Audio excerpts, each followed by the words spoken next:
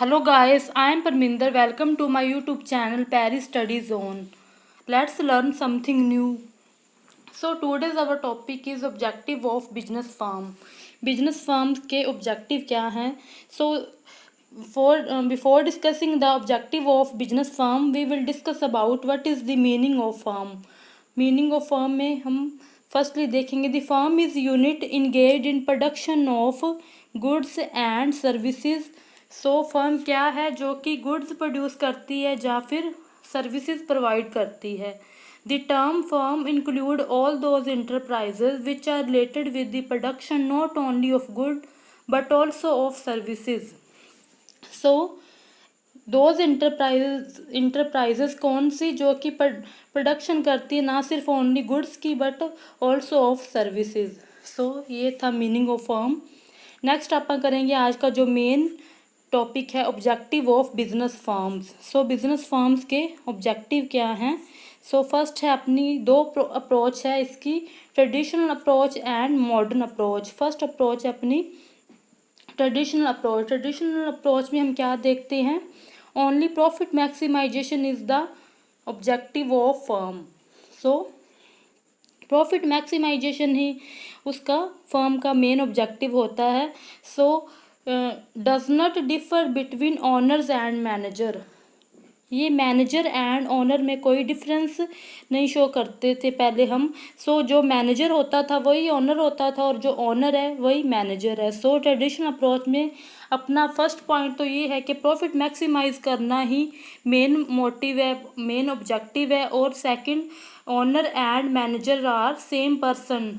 सो इनमें कोई डिफरेंस नहीं था. नेक्स्ट अपनी सेकंड अप्रोच है मॉडर्न अप्रोच. मॉडर्न अप्रोच में इसका मेन ऑब्जेक्टिव था wealth maximisation. So wealth maximisation is the objective of firm. So next point है owner and manager are separate person. Owner and manager are क्या थे? Separate person थे. जो owner है वो अलग पर्सन है और जो मैनेजर है वो अलग है. सो ओनर में हम जैसे एग्जांपल ले सकते हैं स्टॉक कंपनीज की. सो उनमें जो शेयर होल्डर हैं वो क्या होते हैं? वो ओनर्स होते हैं. और जो हमारे बोर्ड ऑफ डायरेक्टर्स या मैनेजमेंट होती है वो क्या होते हैं? मैनेजर्स होते हैं. So both are different persons. So ये थे हमारे ऑब्जेक्टिव की traditional and modern approach. So next अपन करेंगे जो आज का मेन टॉपिक है objective of business firm.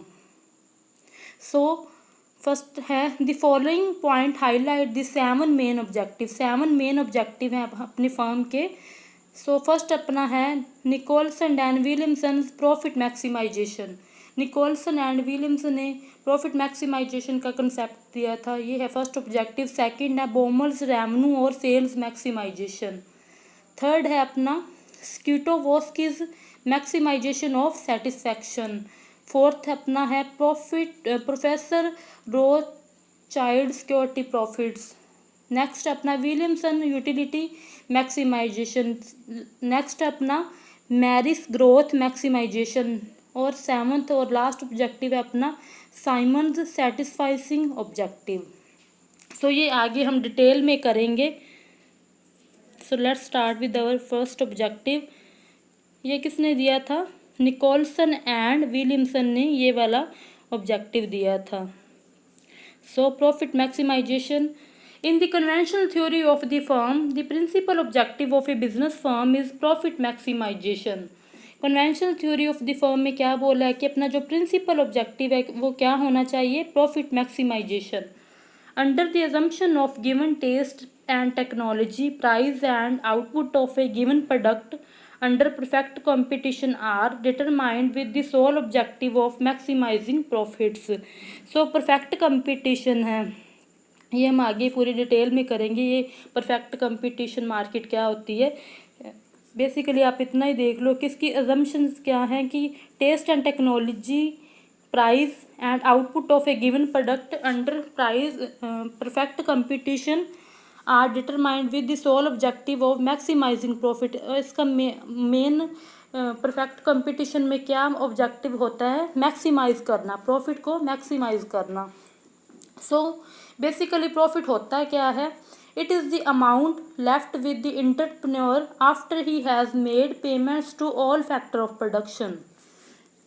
So amount left entrepreneur के पास जो अमाउंट बचती है कब made payment to all factor of production. All factor of production को जब हम अपने फैक्टर ऑफ प्रोडक्शन में मेन क्या आता है, land, labour and capital. Land labour को पेमेंट करने के बाद जो अपने पास लैंड, लेबर एंड कैपिटल को पेमेंट करने के बाद जो हमारे पास मनी बचती है, एंटरप्रेन्योर के पास मनी बचती, वो क्या होता है, वो अपना प्रॉफिट होता है। So profit is equal to total cost, total revenue minus total cost.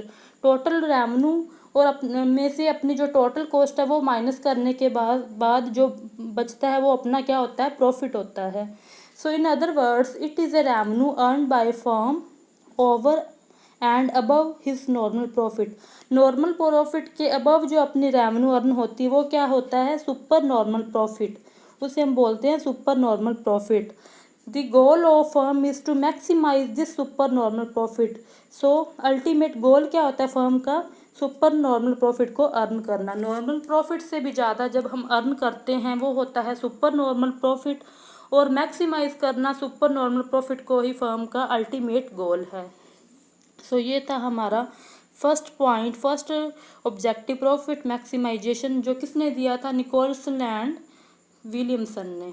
So next करते हैं अपना सेकंड ऑब्जेक्टिव, बॉमल्स रेवेन्यू और सेल्स मैक्सिमाइजेशन। ये बॉमल ने कंसेप्ट दिया था, बॉमल रेवेन्यू और सेल्स मैक्सिमाइजेशन। सो बॉमल को हम याद रखने के लिए, जैसे कोई सेल्स मैनेजर है, सेल्स मैनेजर को सेल्स इंक्रीज करने के लिए बावलों की तरह काम करना पड़ेगा। सो बावले से हम बॉमल को रिलेट कर सकते हैं। सो इससे हम बॉमल को याद रख सकते हैं कि बॉमल का कंसेप्ट किसने दिया था, सेल्स मैक्सिमाइजेशन का। बॉमल ने दिया था सेल्स मैक्सिमाइजेशन का कंसेप्ट।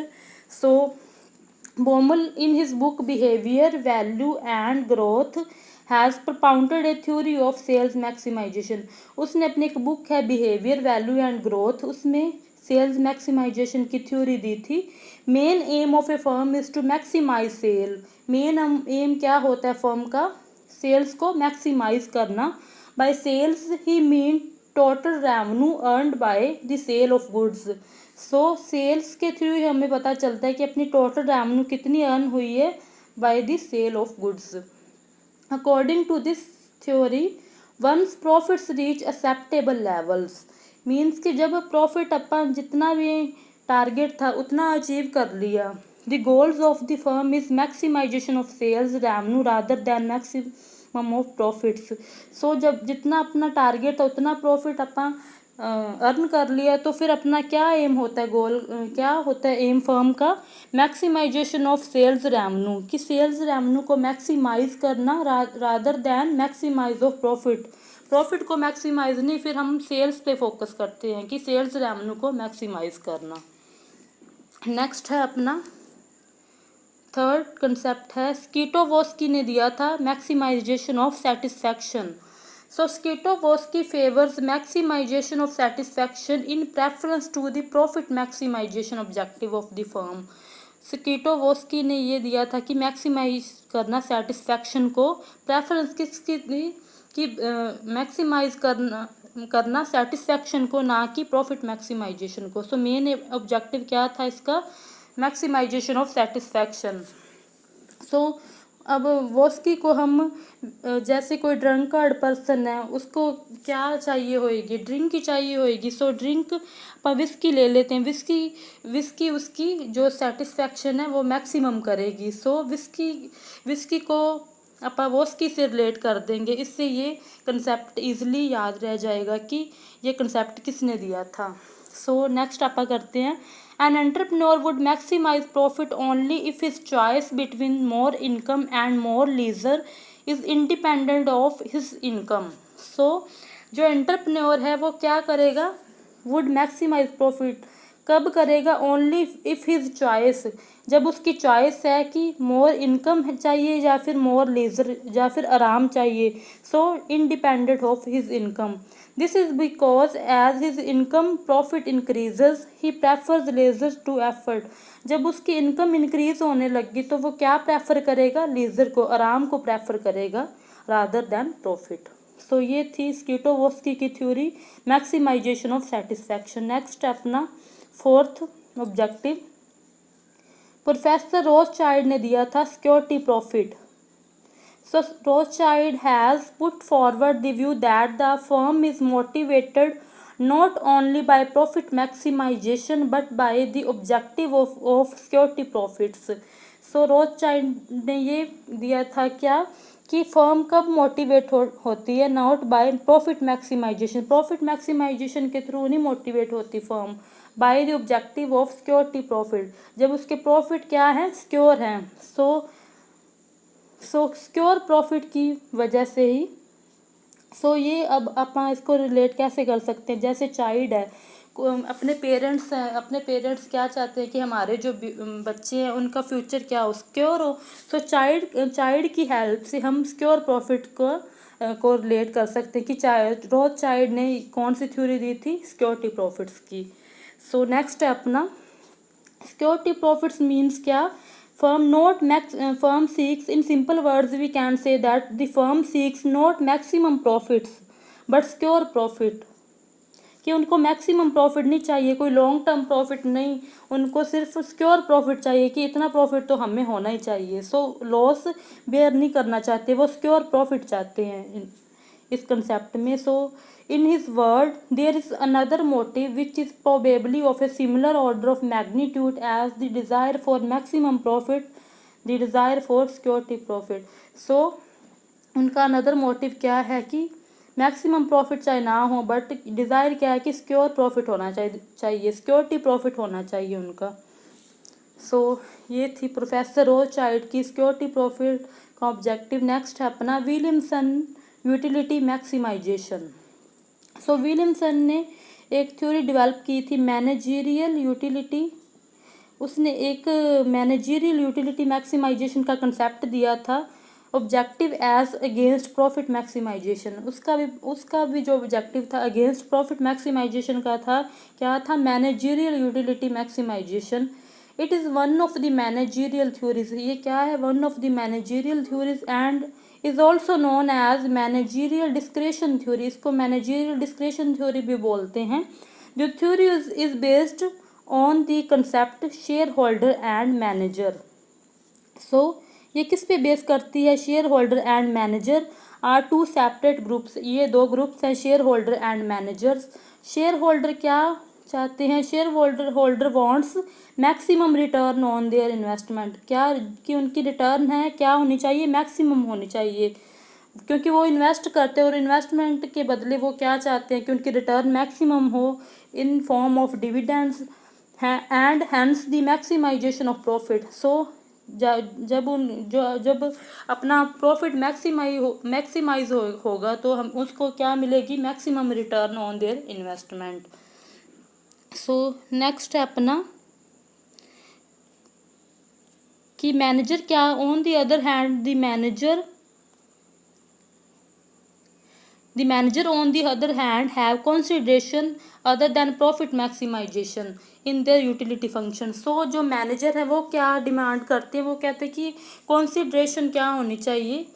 उनकी कंसिडरेशन ज़्यादा होनी चाहिए, उनकी सैलरी क्या वो ज़्यादा होनी चाहिए अदर देन प्रॉफिट मैक्सिमाइजेशन। उनका क्या मोटिव होता है कि उनको जो सैलरी मिलती है वो क्या वो ज़्यादा होनी चाहिए फॉर देयर यूटिलिटी फंक्शन, जो कि उनकी यूटिलिटी को सेटिस्फाई करती है। सो ये था हमारा फिफ्थ ऑब्जेक्टिव। नेक्स्ट है अपना Marris growth maximisation. Growth maximisation का कंसेप्ट किसने दिया था? मैरिस ने। So Robin Marris in his book the economic theory of managerial capitalism, Robin Marris ने अपनी एक बुक है the economic theory of managerial capitalism 1964 has developed a dynamic balanced growth maximising theory of the firm. क्या develop किया? A dynamic balanced growth maximizing theory of the firm. The manager aim at the maximization of the growth rate of the firm and the shareholder aim at maximization of their dividend and share prices. So इसमें भी दो group है. Manager का क्या M होता है main की aim at maximisation of the growth rate, की ग्रोथ रेट जो फर्म का है वो क्या हो, मैक्सिमाइज हो. और शेयर होल्डर क्या डिमांड करते हैं, उनका एम होता है कि मैक्सिमाइजेशन ऑफ देयर डिविडेंड, कि जो उनकी रेट ऑफ रिटर्न है वो ज़्यादा हो. So and share prices. So इनकी डिफरेंट डिमांड्स होती हैं. मैनेजर की क्या होती है कि ग्रोथ रेट ज़्यादा हो फर्म का, और शेयर होल्डर का क्या होता है कि उनको जो रिटर्न ऑन इन्वेस्टमेंट मिले वो क्या मिले, ज़्यादा मिले. So to establish a link between such a growth rate and the share prices of the firm, एक लिंक क्रिएट करने के लिए growth rate and share prices में. सो मैरिस ने क्या ये थ्योरी डेवलप की, balance growth model, in which the manager choose. So इसमें अगर जो मैनेजर है वो क्या चूज़ करे, constant growth rate at which the firm's sales profit assets etcetera grow. ऐसा जो उनका जो ग्रोथ रेट है वो कॉन्स्टेंट होना चाहिए, जिससे क्या हो, फर्म की जो सेल्स है, प्रॉफिट्स हैं, एसेट्स हैं, वो क्या हो, ग्रो करें.